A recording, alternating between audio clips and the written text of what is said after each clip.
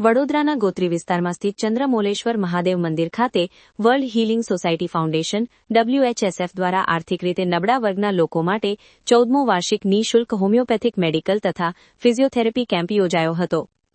WHSFના managing director Shri Saurabh સુમને જણાવ્યું હતું કે આવા નિઃશુલ્ક કેમ્પોનો મુખ્ય હેતુ લોકોમાં આરોગ્ય, પોષણ અને સક્રિય જીવનશૈલી પ્રત્યે જાગૃતિ ફેલાવવાનો છે. કેમ્પ દરમિયાન લાભાર્થીઓને નિઃશુલ્ક હોમિયોપેથિક દવાઓ અને ફિઝિયોથેરાપી સારવાર આપવામાં આવી હતી.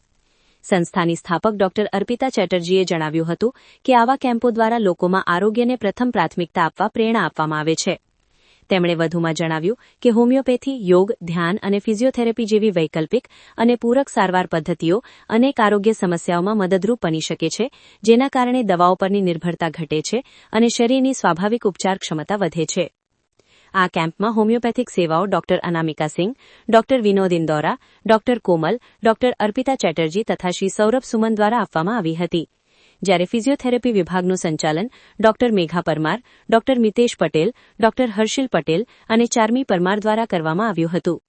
આ આયોજનને શ્રી જનકભાઈ, શ્રીમતી મમતાબેન અને શ્રીમતી ઇલાબેનનો સહયોગ મળ્યો હતો.